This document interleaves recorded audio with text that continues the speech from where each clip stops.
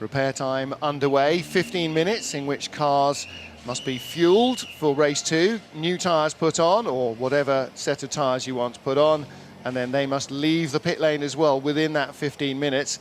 So it's a time to get a little breather for the drivers. Pressure time, though, this is where the team mechanics do their job. Well, let's get down to the Larder garage and catch up with Rob Huff. Well, possibly not quite the result that Rob Huff wanted in that first race, but now we obviously move straight on to race 2. Yeah, we had a few problems in the first race there. We got bulked off the start a little bit, but yeah, it comes down to the fact we haven't got the pace in the car at the moment, and we're just learning every time. We've had no testing or anything, so you know, every race we're doing, we're learning. Every lap we're doing, we're learning. So we need to learn a bit faster and put it together a bit quicker. But yeah, it's a tough race, especially when you're battling for 11th.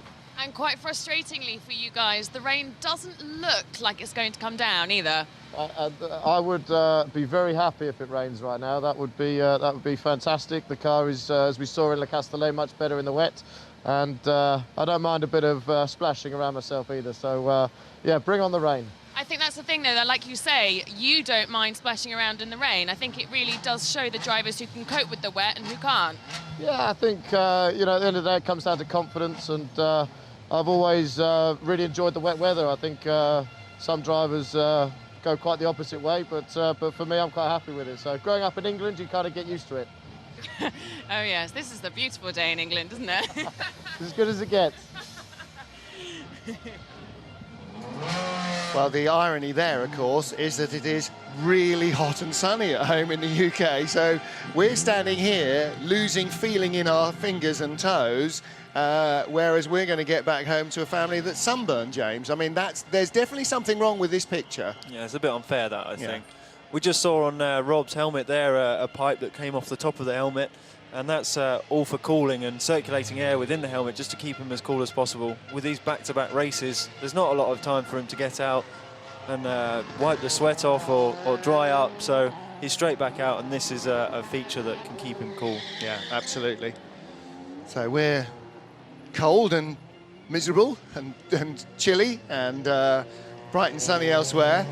I mean, from a rainy Hungaroring, we were watching the end of a beautiful sunny afternoon in Spa. There's something definitely wrong with that. And we're trying to figure out last night why it is that every race weekend has been cold and wet. It's either Alex's fault or Citroen's. I'm not sure which, but it's definitely one of those. Let's hear from Mehdi Banani now.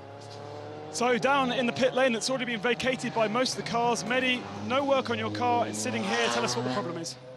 Yes, it's not really nice what's happened, because I was in my E-lap, you know, in my last lap, coming to the pit, everything shut off, and I saw a lot of smoke in the car, and after, for me, I was thinking it's something with braking system. And when we come here, they have checked the car, and normally it's from the turbo. The turbo is broken, so it means that we will not do the race. It's not nice, because I was safe with Gabriele Tarquini in race 1 to keep my 5th position, because I will have a very good position for race 2. But now I have very good position from the pit to see the race 2. You look fast against Gabriele. You look like you could keep up and potentially challenge. Yes, I think we lose something very big for race 2 here. But it's like that, and we have nothing to do. All the team have to do all the best to prepare the car, but they cannot. Really, they need a lot of times to change it, and it's like this. Sad luck.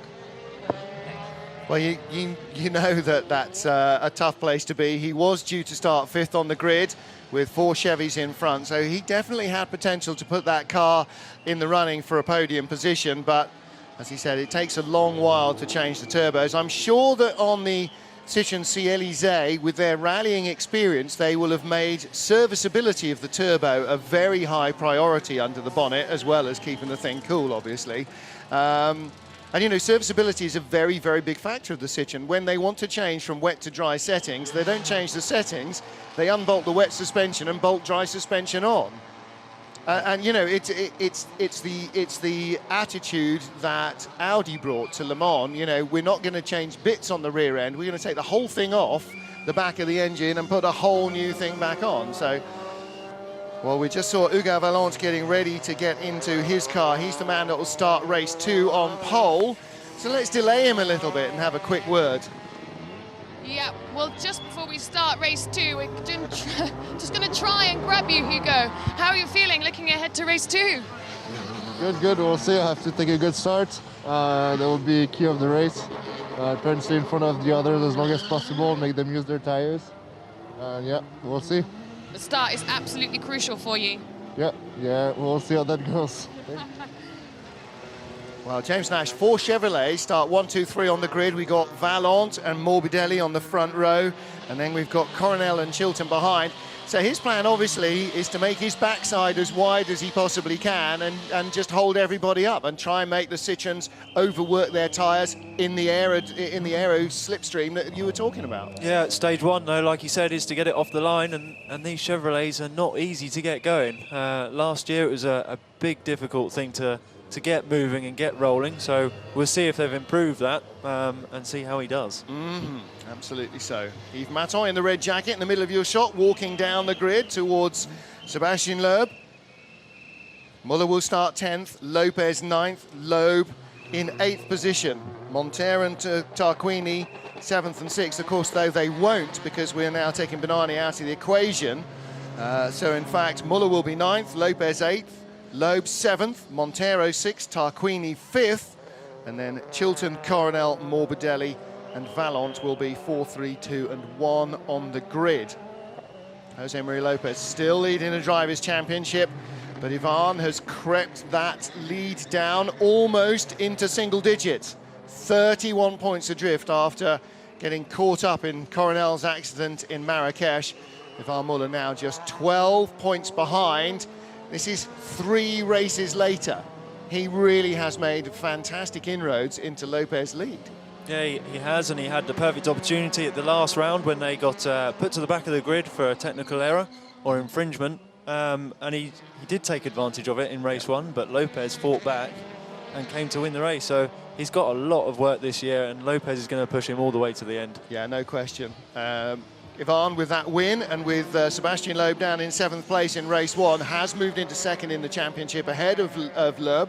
So he's definitely on the way back. And as we said earlier, we know that the most dangerous Ivan Muller is Ivan Muller who is being backed into a corner. And that certainly happened through no fault of anybody's in Marrakesh.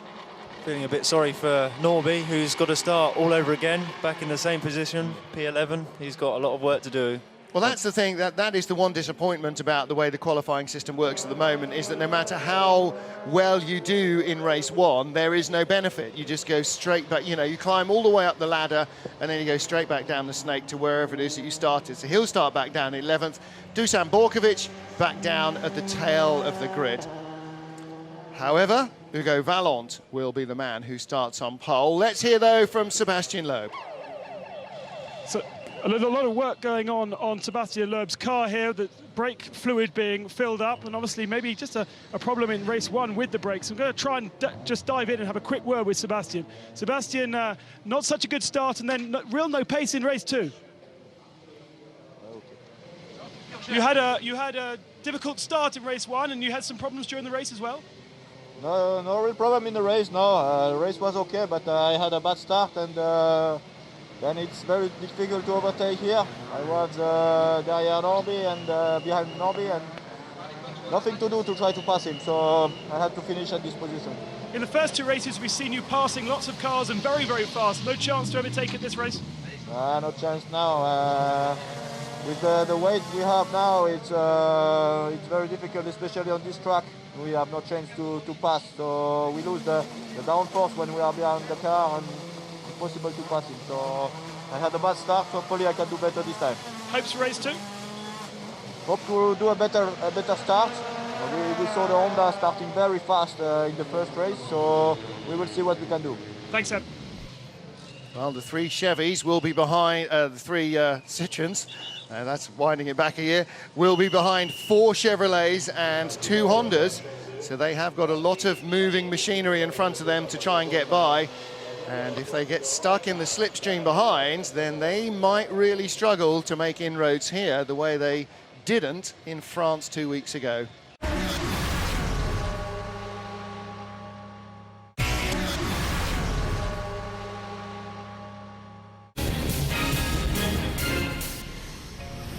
Yokohama, your tire. Like the rest of us. Rob Huff on the grid in his Lada Granta Sport. And Huffy fighting battle in race 1. Starts again in 12th position. When you don't get into the top 10 in Q1 and Q2, then those positions, wherever it is that you finished, are locked in for the rest of the weekend.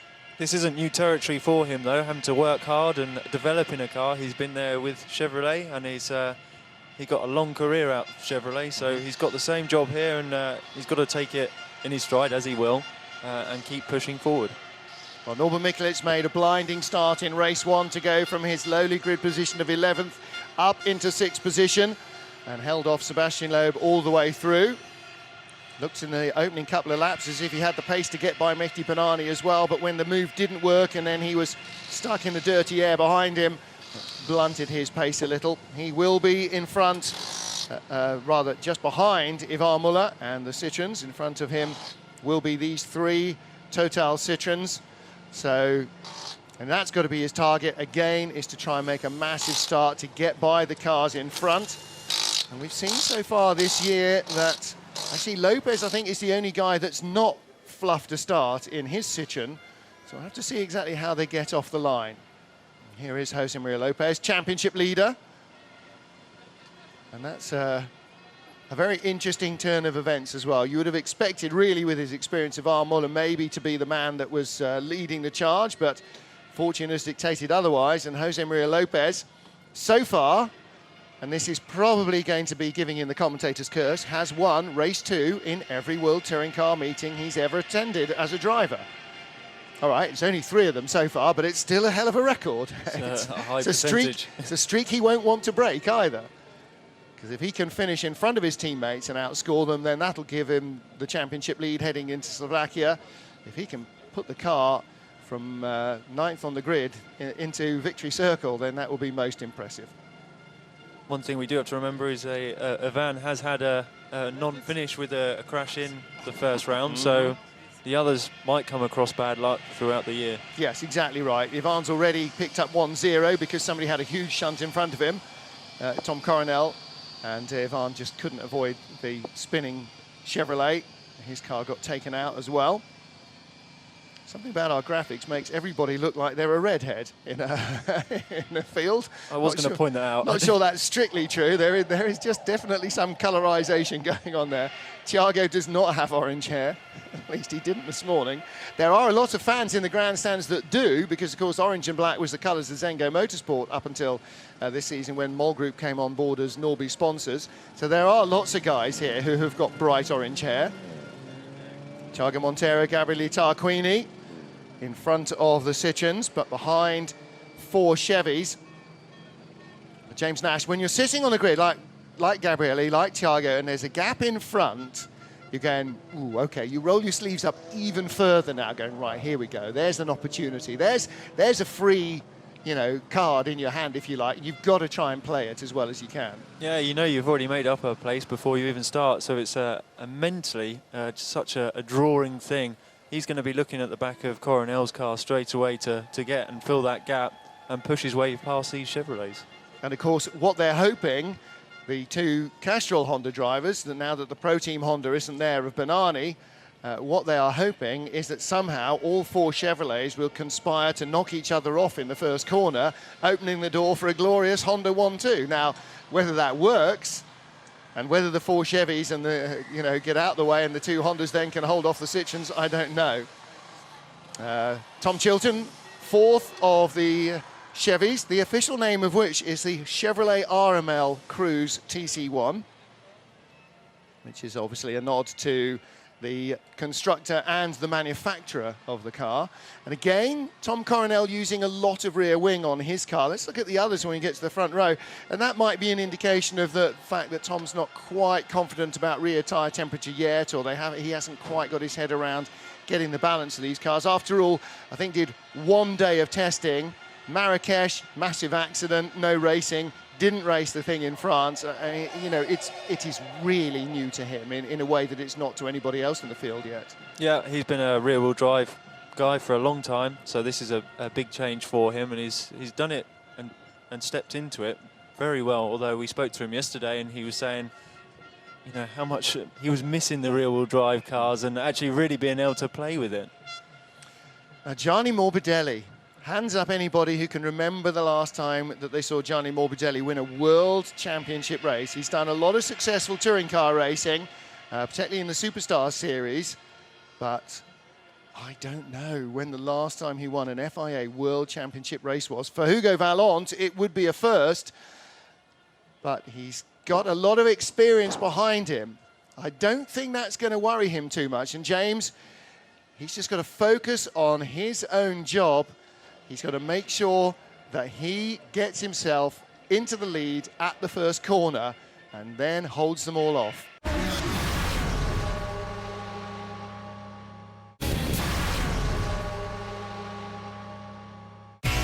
Where performance matters, you'll find Total Quartz. Cars on the formation lap now at a frigid Hungaroring. Round 6 of the FIA World Touring Car Championship. Pedal box with our poleman Hugo Vallant. James Nash, a left foot breaker, legacy of karting. Well, let's hear from Norbert Mikulits as he gets away from the grid, 11th place.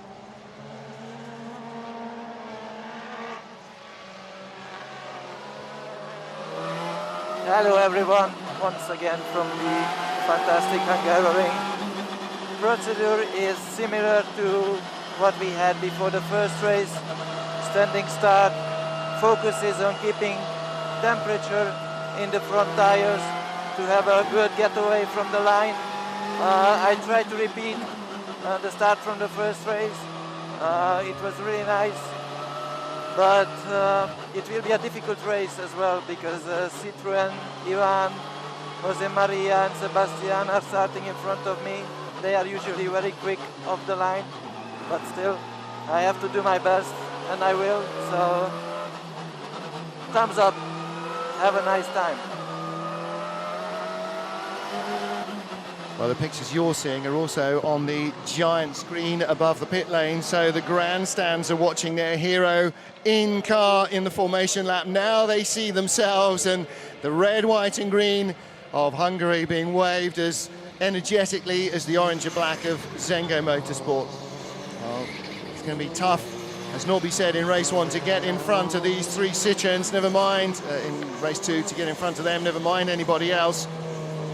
Big chance for Hugo here. He's got to really work his tyres and his brakes, get them up to temperature, and he can focus on getting all those switches on the steering wheel in the right place, ready for his start. There's a white and orange switch, one for the anti-lag and one for the start procedure. So he'll know all of this and he needs to start preparing. It's all the little fidgets I love seeing, just double cinching your seatbelts up tight and, you know, throttle against brakes and all that kind of stuff. The adrenaline now really, really racing through the body. Eyes wide, yeah, I know, eyes wide, heart racing, lungs to maximum capacity as we get ready to start the second race here in Hungary.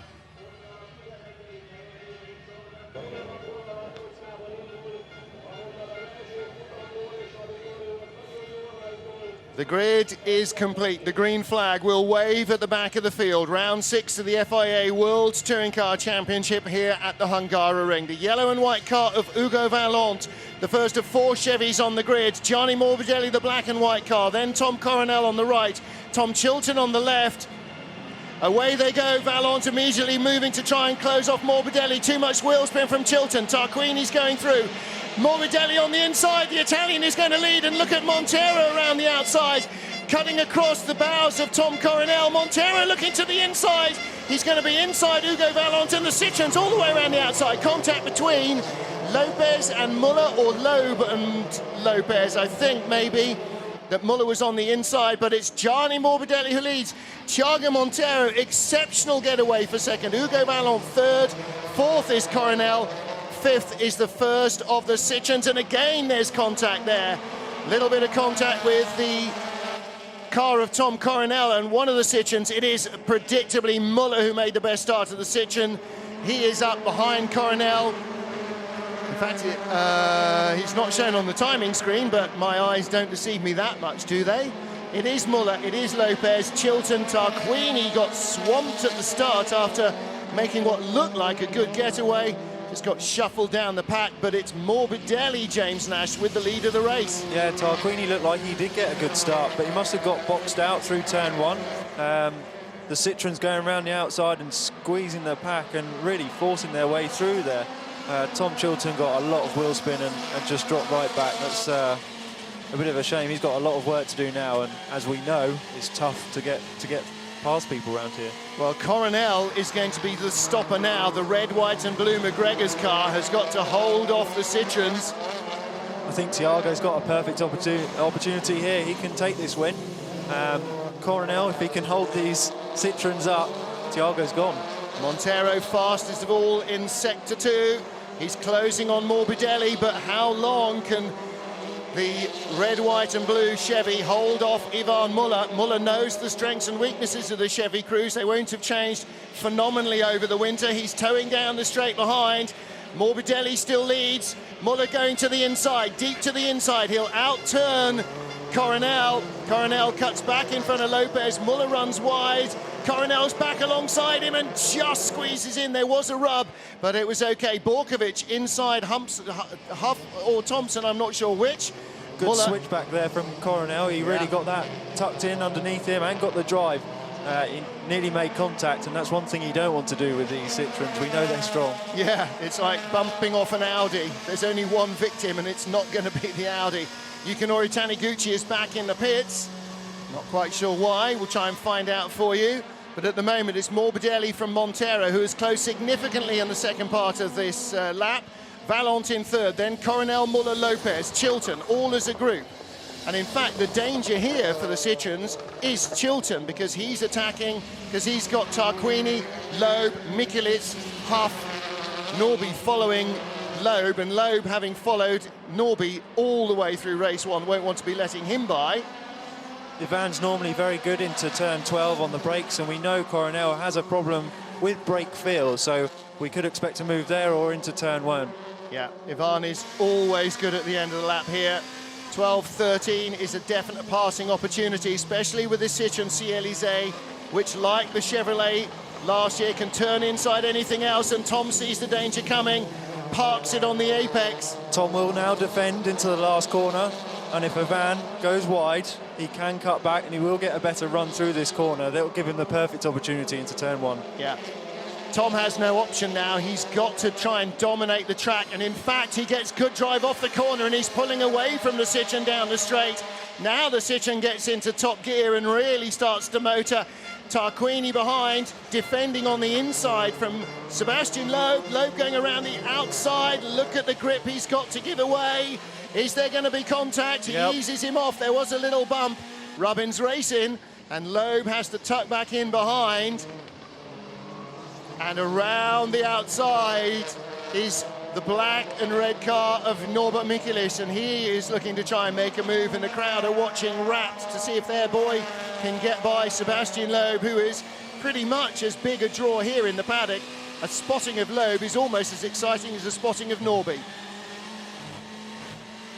Well, Tarquini didn't get in front of Loeb, he stayed in front of Seb, who sort of got by him almost into turn 1 and almost then didn't. But Norby behind is shaping up to try and make a move. Coronel, fastest man in the second sector on this lap, but Vallant, the fastest man on track, is catching the top 2, and he needs to, because just didn't quite get the start. Morbidelli, the best start he's made in that Chevrolet, and what a time to make it. Yeah, you're listening for all the engine notes. The clutch is a big factor in this. It changes temperature the whole time that the red lights are on, and it gives you a different bite point, so that it's a minute detail and it can go totally wrong. Looking inside Chilton, who was that? Maybe that's Loeb's camera there, bumped into Chilton down the inside. Yes, I think it was, as he got squeezed by Tarquini. And the two Citroens Made good move around the outside, but stuck behind car number 4, in place number 4, Tom Coronel. And the lead trio come past us, James, much closer together. Valente up behind Montero, who's up behind Morbidelli. And that means it's really important now that Coronel holds off these Sitchens. Otherwise, they will break free and they will join the leaders. Yeah, Tom's doing a great job. I thought after the first attempt Van showed his nose, I thought it was going to be easy for him to push past, but it's not that easy here. And what we don't need is a safety car to close the field up. That's what Sitchen would love, of course. And coincidentally, Sebastian Loeb hitting a big tyre stack and bursting tyres all over the place in Paul Ricard did give them the safety car they needed to catch Thiago Montero. Mikhail Kozlowski back on pit road. Again, I'm sure overheating problems returning to that car, probably still a legacy of the problem in qualifying.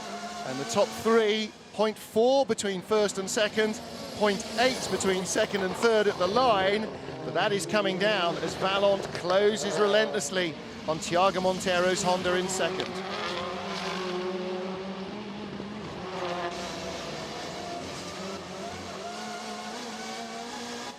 Great view on board from Hugo Valente of the battle in front for the lead. Kozlowski not having any luck with curing this overheating problem, and frankly they might as well put the bonnet down and push the car away. I don't think it's going to get any better at any stage. Not going to learn anything, are they? Montero looks like he's closed the gap another couple of tenths on Morbidelli. Is he in that dirty air now? Is he going to be stuck there, or can he push past? Well, he is now, but he still set the fastest lap last time round of the race so far, so he's quicker than the Sitchens are able to go behind Coronel. And Morbidelli, fastest first sector in this lap, so the race leader responding to the threat from behind, going quicker and quicker. Morbidelli with Montero, and they are just squeezing enough away from Hugo Valente that Montero can concentrate on trying to get in front. And worryingly, Coronel still with Muller and Lopez. In fact, Lopez isn't looking. He's waiting for Muller to open the door, isn't he? He's just using the racing line, conserving his tyres, letting Ivan do the hard work. That's how you win championships. Their teammates, they don't need to fight each other at this stage. They need to fight the rest of the field and get past. So as soon as Ivan does that, that'll open the door for Lopez. Then they can start racing. I think Lopez is of the thinking now, why keep a dog and bark yourself? There's a 4-time world champion in front of me. He happens to be my teammate. If he can't leave a Coronel offline, then we're not getting by. Whichever, I'm still going to preserve my tyres because I might need them in the last lap. Yep, he's got to do it soon because they are pulling away. Yeah. Not too far away. They're only 2.5 seconds behind Hugo Valente, and Valente now 1.2 behind Morbidelli. It does look as though it is the two Mus, Morbidelli and Montero, who are going to decide the win here. And for Munich Motorsport, as well as for Castrol Honda, that could be very important. Castrol Honda, first win of the season, that wouldn't go amiss at all. For Munich Motorsport, first ever win in the World Touring Car Championship, that wouldn't go amiss either. So either way, there's going to be a big story out of this. If any of the top 3 or 4 win, then we will have a new winner for the first time this season. And Yuke coming back into the pit lane, whatever ails his Nika Racing Honda Civic is clearly still not sorted. It does look like just in this dirty air on these long sweeping corners that they really struggle to get the power on, and that's just helping the car in front. And significantly, easy for me to say, it does seem to be affecting the Sitchens as well. Lopez looking to the inside. Maybe there are no team orders until they're running 1-2 on the road. I think that might be a nudge for Ivan to say, hurry up, come on, we need to move. If you don't do it, I will. Well, the other thing, of course, is when you pull out of the turbulence into the braking area, you give your brakes better cooling when you're using them and when they're getting hot. So it has all sorts of advantages. He is now going, OK, lap 6, let's rock on. If you're not going to do it, give me a go and let's see if I can bludgeon my way by. More artfully than bludgeoning, obviously. Lever, insinuate myself into 4th place past Tom Coronel. And further back again, Sebastian Loeb stuck behind a Honda. Now we've previously, James, seen more overtaking being done at the Hungaroring. You know, previously, where it was tough for single-seaters, it was more possible to overtake in the older Super 2000 touring cars, but with this more aerodynamic setup, it seems that in fact we are now more into a single-seater mode where turbulence is what governs everything else. Yeah, well, the speeds are higher as well, so the braking zones are shorter because they're better brakes as well, better tyres, so they get better performance under braking. That shortens the brake distance, and then that reduces the opportunity too then to overtake.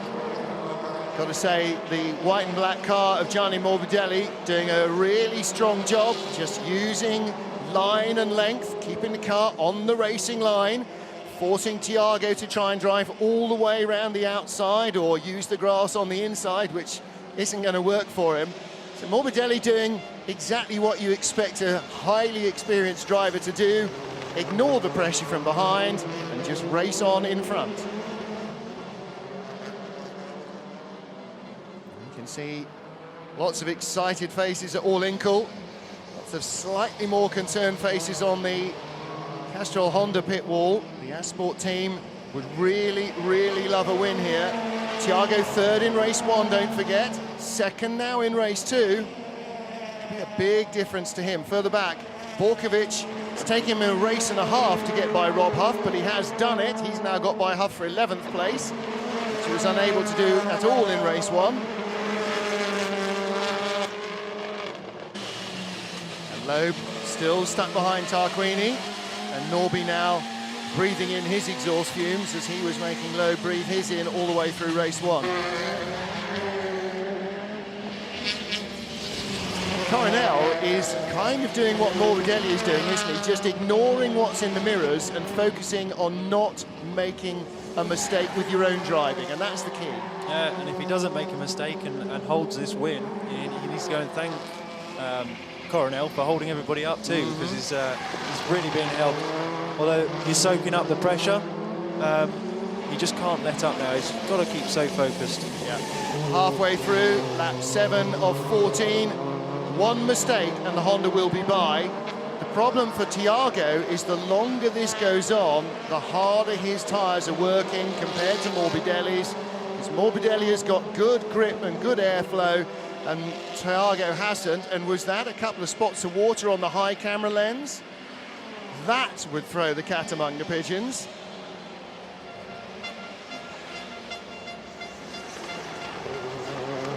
Again, Thiago not with any significant speed advantage, not able even to think of showing his nose for a move down into turn 1.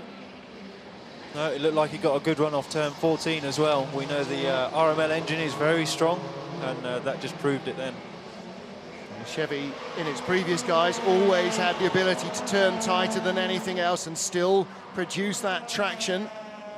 I don't suppose they've forgotten what they knew about the old car when they were building this one.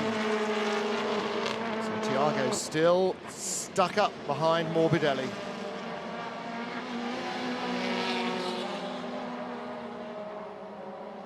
Franz Engstler leading the TC2 class here at the Hungaroring. Right behind him, teammate Pasquale Di Sabatino. You can hear the tyres scrubbing on the cars as they work hard around the twisty stuff. Di Sabatino, the TC2 winner in race 1, James Nash. And that gives him the confidence now that he knows he can beat Engstler in a straight fight. He's just got to try and repeat it, that's all. Yeah, that's true. I think Frank was a bit erratic last time, maybe used his tyres up too much, and that allowed the switch between the two teammates. Well, looking here at our race-leading battle, black and white car number 10, Gianni Morbidelli, red, white and green number 18, Thiago Montero. The Chevy in front of the Honda. Third, the Chevrolet, the white and yellow number 7 car is Hugo Vallant. He's now 1.2 seconds behind the leader. Thiago's sitting here, knowing where Morbidelli's weaknesses are. He needs to build up a picture, and then last few laps he can really put it across him. I think sector 3 is Thiago's strongest point. Yeah.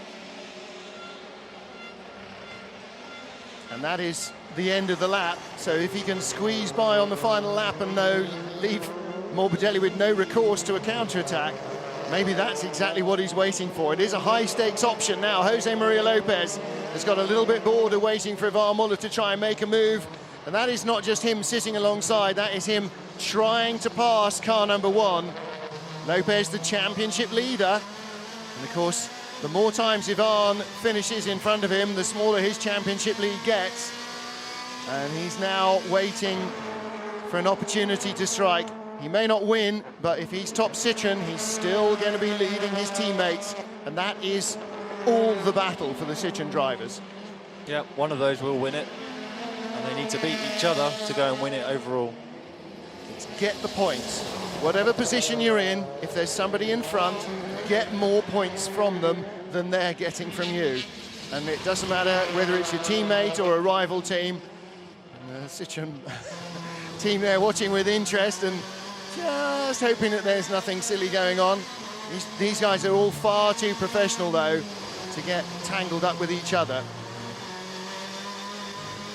Apart from anything else, it serves Lopez no purpose if he retires. He doesn't score any points, and that puts his championship challenge in jeopardy. René Munich in the second of the Munich Motorsport cars, closing in on James Thompson. René doing a 53.0 last time round, the Lada 53.7. So Munich finding nearly a second on Thompson on the last lap alone, and in front of that, red Lada is the other one with the Union flag. That's Rob Huff's car, so Munich can size them both up maybe before the end of this race. Top 12 cars on that last lap, all within a couple of tenths of each other, so nobody's making any gap or putting onto the next group. Well, what's significant of what we're looking at here, James Nash, is that you've got Tom Coronel's red, white and blue car holding off the two Citroens behind, but then there's a gap back to Tom Chilton that there wasn't earlier, and that relieves the pressure on Lopez. Now he can start to think about attacking Muller without having to worry about where Chilton's going to be when it doesn't work. Very true. Maybe that's why Lopez has decided he can do that now. Yeah, once the guy behind drops out of your mirrors, then all you need to worry about is the car in front. If you're in a queue, if you move offline, it gives you a chance to pass, but if it doesn't work, if it's not guaranteed, it gives the other guy a chance to pass you. Tarquini and Loeb, as you said, just about everybody in the 1 minute 52s. Leader 1 minute 52.3, this battle 1 minute 52.7. So fettered behind cars in front of them, the Citroens have no speed advantage now, and unable to find enough of a difference on the tighter Hungaroring track compared to Paul Ricard Le Castellet 2 weeks ago, a much wider track. They had more opportunities and more slower corners as well. You know, there was the hairpin, there was a chicane, opportunities to pass in slow turns or off slow turns, which sort of don't exist so much here. No, they don't. These drivers now, they're getting into the stage where the tyres are really starting to disappear from underneath them. They've got a few things that can help them out on the steering wheel. Just changing the pedal map and how responsive that turbo is on throttle pickup, and that can really start to bring the tyres back to life, just cooling them off, minimising the wheel spin out of the corners. Top three are Morbidelli, Montero and Vallant, and down the inside, Ivan Muller has another look on. Oh, and Sebastian Loeb going around the outside of Tarquini as Muller has a look up the inside of Coronel. Neither move successful. Incidentally, Dusan Borkovic has got by both Ladas in the last couple of laps, so he is now into 11th place. As Loeb tucked up under Tarquini. Thompson's been off, and there are a few little drops of rain falling. I did think we'd seen a couple on the high camera at the final corner. And now hearing from the pit lane, there are a couple of spots of rain. Now, James, hot slick tyres, even on a cold track, will retain grip from a few spits and spots. That won't be a worry. What is a worry is a shower. Yeah, no, these guys, it won't affect them at all. It could just take the concentration away from people like Morbidelli, who are new back to this class. And that could just distract them enough to allow Thiago to get past. Well, anything that will be a distraction will be great. René Munich inside James Thompson.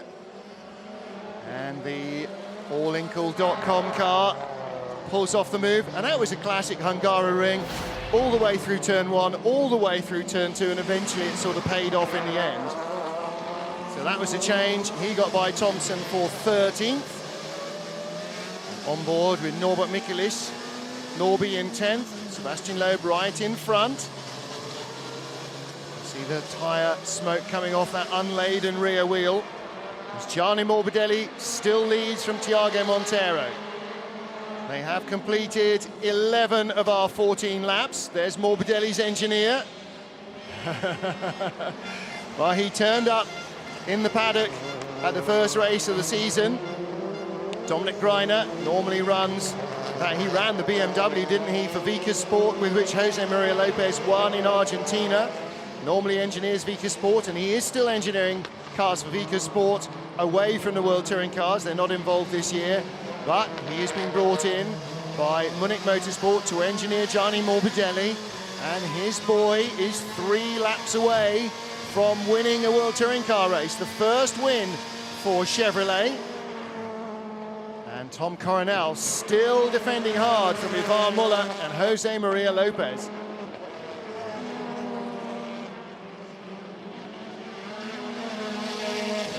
Lopez and Muller down to the chicane. Muller is squeezing Lopez out. And this in the final 3 laps.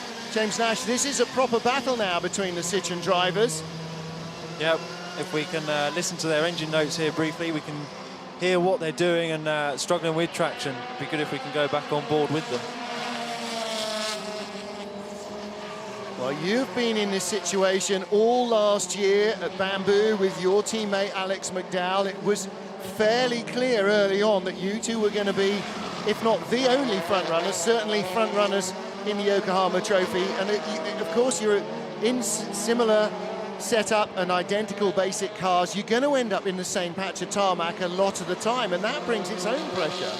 It does, but you know, you're racing a championship, not just a race. So as much as you want the position in front of you, you've got to play the long game sometimes and give up that one place to keep the points. Well, we are being told, as far as we can tell, there are no team orders at Citroën. Gianni Morbidelli leads onto the penultimate lap from Thiago Monteiro. And Jose Maria Lopez, the number 57, grey, red and white Citroën, is definitely looking to try and get past Ivan Muller for 5th position.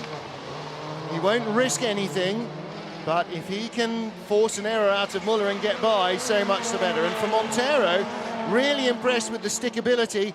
There's Morbidelli's friends and family in the garage, some men in RML jackets as well at the back. This will be a big red letter day for RML to get a car that gets a victory as effectively an independent entry. And they have got the Citroëns bottled up behind Tom Coronel. Tommy will be buzzing after this, holding off the Citroëns for every inch of the race. If he manages to keep up his defence, and he'll have so much more confidence in his car after this, because this is really, really having to soak it up. Yeah, he's working hard for it, and it's good to see as well. It's nice that they're not just breezing past these Chevrolets. Well, Monteiro doing such a great job sticking right up behind Morbidelli all the time. His tyres must be really getting mullered by having lack of front-end grip. Of course, they've got that extra camber on the back to keep the rears warm, but that means more oversteer or more understeer as the front tyres start to wear. Dominic Greiner can't wait for this race to be over. Gonna have to wait another couple of minutes. Two very apprehensive teams. It's evident now that the Citroëns are not going to make an impact in this reverse grid race. It is going to be either a Chevrolet or a Honda that wins it. Gianni Morbidelli, as he did on lap 1, leads into the first corner on lap 14. Thiago Monteiro, well, he said after race 1, didn't he? He got almost to the end of the race and then thought, it isn't going to happen. I'm just going to back it off to 95%. And he won't be here. He needs to push 100% on this first bit. We know sector 3 is strong for him, so he needs to close up as much as possible and then really attacking sector 3. That's his only opportunity down the hill into turn 12 and maybe the drag run through turn 14. I wonder if he's just giving Morbidelli a tiny bit of breathing space to sucker punch him towards the end of the lap. We'll wait and see whether he's got anything left to give or whether, in fact, his tyres have now just had enough. Behind, oh, and Morbidelli at the chicane, all over the place. Wow, here's the chance for Thiago. Here's the chance too for Hugo Vallon to go around the outside. Big moment from him, well held and well backed out of that. But what happened? Did Morbidelli just outbrake himself there? Have his tyres had enough? Surely of all of them, Montero should be the one struggling. We've now suddenly got 3 cars covered by 0.2 of a second. Last lap in Hungary. Morbidelli needs to steady the ship, James. No, he's been faultless all the way through the race, and to make a mistake on the last lap, it's just a big no. Out to the penultimate corner. Turn 13. Turn 14, it is going to be the first ever win in the World Touring Car Championship for Munich Motorsport. Dominic Greiner will be punching the air on the pit wall. Gianni Morbidelli wins his first World Touring Car race. Thiago Montero in second place. Hugo Vallant in third. Coronel, Muller, Lopez, Chilton. That's your 5, 6, 7, 8. 9th for Gabriele Tarquini. Sorry, 8th for Gabriele Tarquini. 9th for Sebastian Loeb. Phew.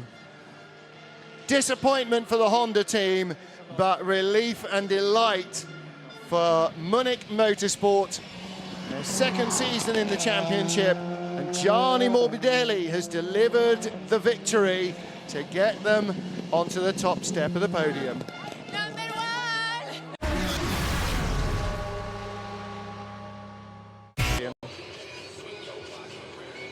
Your race 1 winner, Gianni Morbidelli. The Munich Motorsport team, well, whatever else Munich had problems with in the first race, he had a decent race as well. He finished up in 13th place behind Huff and in front of Thompson. Just saw Norbert Michaelis coming in, and his fans will certainly be cheering him. But a big Italian reception for Gianni Morbidelli, our race 2 winner. And always good, James, to see new winners in races. You've been one of those, and it's a great feeling the very first time, not as an independent, but you get to step up on the podium as a race winner. Yeah, it's a lovely feeling. He'll be so happy with that. And the atmosphere when you first get out of the car is just incredible. All the guys you work so hard with, all the stress, all the effort, all the planning. Of course, it's passing him all by. He's been there so often before. It's just completely unaffected by it, isn't he? Not even remotely Latin.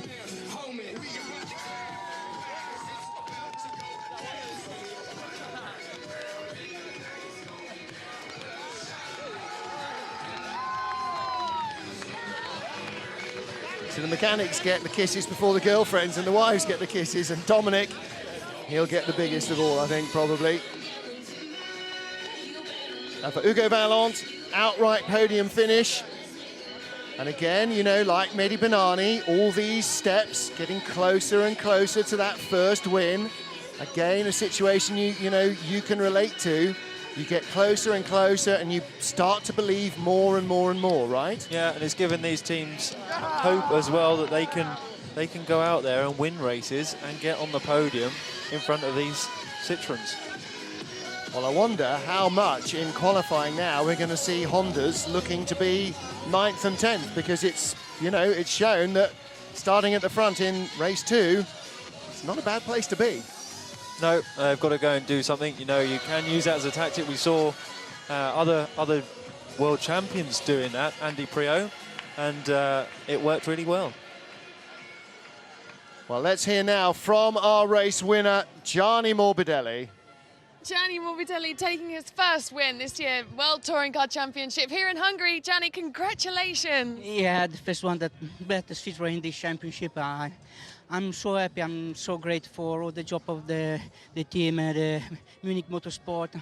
I want to thank all the guys, because this is for them, this victory is for them, for René Munich, and for all they did until now. You know, we are in delay, and this victory for us is a very recharge of motivation for the future of the championship. It was very exciting to watch you. You had a great start off the line, taking it from Vallant.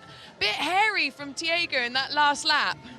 Yeah, I think he tried, you know, to overtake me in the chicane. He tried everything, but, you know, it was difficult to overtake me in the last lap. So I'm really proud and really happy. I don't have a lot of words except this, because for us it's a big day today, yeah.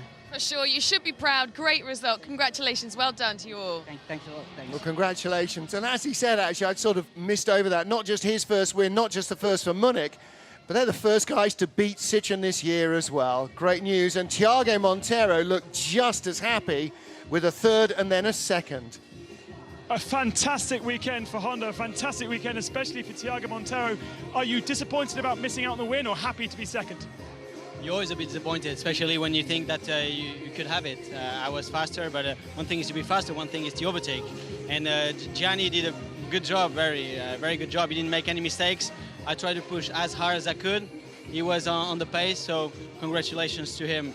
On my side, I'm very excited and very happy about this weekend for sure. A third and a second is great. The pace in race 1 was a lot higher than the pace in race 2. Was there no chance of overtaking at all? It's very difficult. They have a very strong engine, basically, and really the main difference, every straight line I could not be close enough. It was slower, as you could see probably on the more technical areas, but we still have to work in many different areas. We are not there yet in some parts, and especially acceleration coming out of the corners, we need a bit more. And so we'll work. I mean, it's only the third weekend. We'll keep pushing, as you can see, and yeah, that's the way we do it. Right, it's podium time. Thank you. Super excited, Thiago Monteiro. Always really good to see the smile back on the driver's face, and just how much it means to the Honda team and to Thiago especially to have two big results. And James, you know, it does give us an indication maybe that the change of weight balance with Sitchin now still at maximum weight and everybody else dropping down 60 kilos is just having a little bit of an effect and might just serve to make the championship a fraction closer. Yeah, positive effect, I believe. And it's producing new race winners. Ivan Muller taking points off Jose Maria Lopez in both races. Just trying to figure, he is now down into single digits, the deficit between the top two. Great start to the championship, to the race rather, from Gianni Morbidelli to take the lead. As he said, Thiago tried everything, even that tiny little bit of contact in the final chicane. And Morbidelli clearly was determined to hang on to that once he got his teeth into it with every ounce of his ability. Despite that little contact, he still hung on to take the first win, the first man to beat Sitchin this year. So red letter day for Munich Motorsport, their car in victory circle for the first time. Came in last year to the championship, 3 cars, a bold effort with the Seat Leon. It wasn't a competitive enough car. And this year with the RML Chevy, they have got a much better device to try and go out and get to the top of the pile. And Gianni Morbidelli, courtesy of the reverse grid in race 2, has managed to do exactly that. Paul Manuga Vallant was third. Thiago Monteiro from 7th on the grid was second. And Gianni Morbidelli, our race winner. And Dominic Greiner, as excited as he was when Jose Maria Lopez had that fairy tale win in Argentina, because this is another fairy tale. And Franz Hengstler, again the winner in the TC2 class. And now the Italian national anthem. So we'll have our winner's national anthem for Gianni Morbidelli.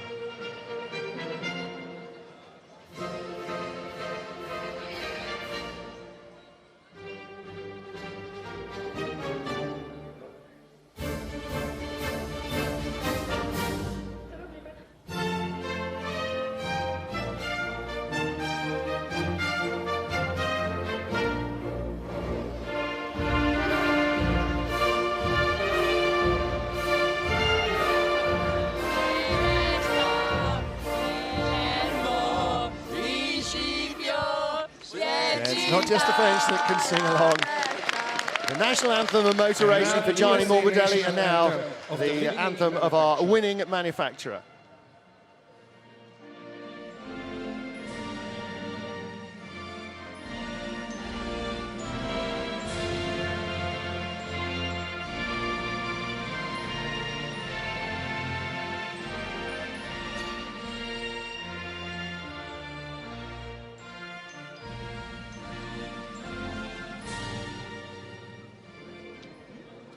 Well, it is a massive deal for this small team from Germany that they have produced their first win in the World Touring Car Championship.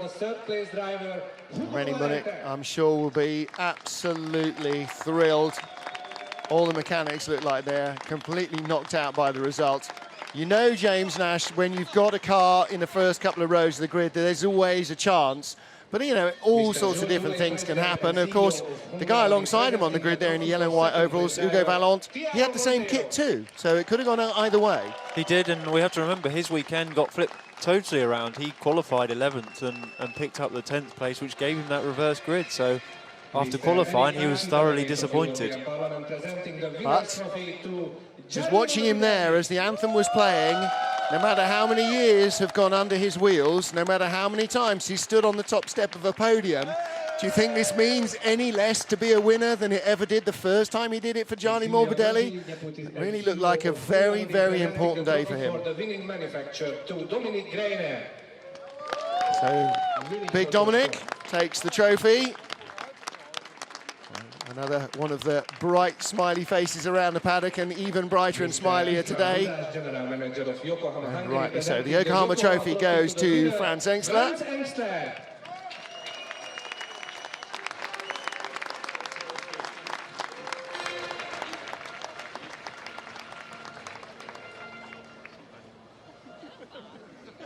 So then a chance to get cold and wet, which wasn't provided by the weather. A little bit of a photo opportunity first, though, for our drivers.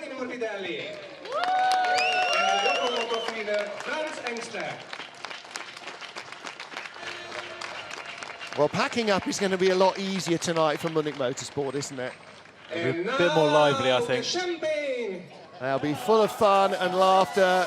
They will be happy, happy boys. I think the drinks might be on Gianni Morbidelli tonight in Budapest. And it's a great city to go and enjoy. And I think you're looking at a group of German mechanics in the very early stages of a fairly major hangover.